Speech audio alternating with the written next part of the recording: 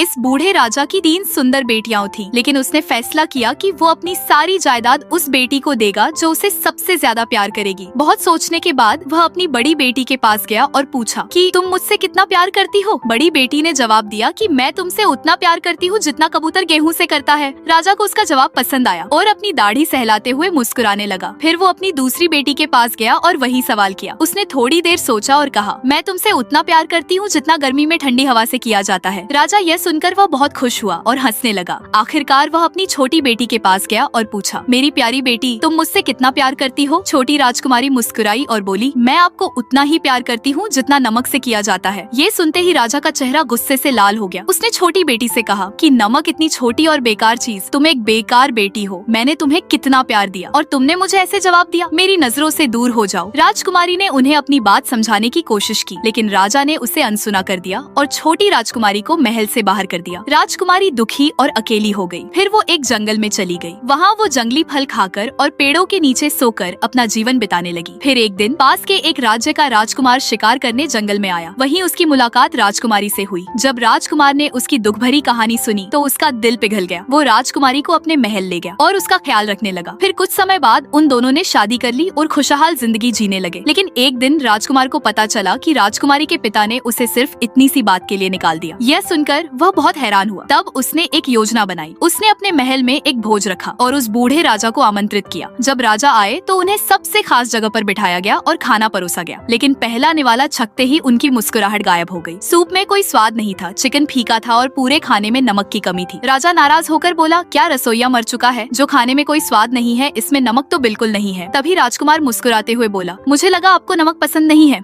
राजा ने हैरान होकर पूछा कि ये बात तुम्हें किसने बताई? तभी सबसे छोटी बेटी कमरे में अंदर आई। जब राजा ने उसे देखा तो वो भावुक हो उठा और आंसुओं से भरी आंखों के साथ उसे गले लगाने दौड़ा। उसने अपनी गलती स्वीकार ली और कहा, अब मैं समझ गया हूँ कि नमक कितनी जरूरत की चीज है।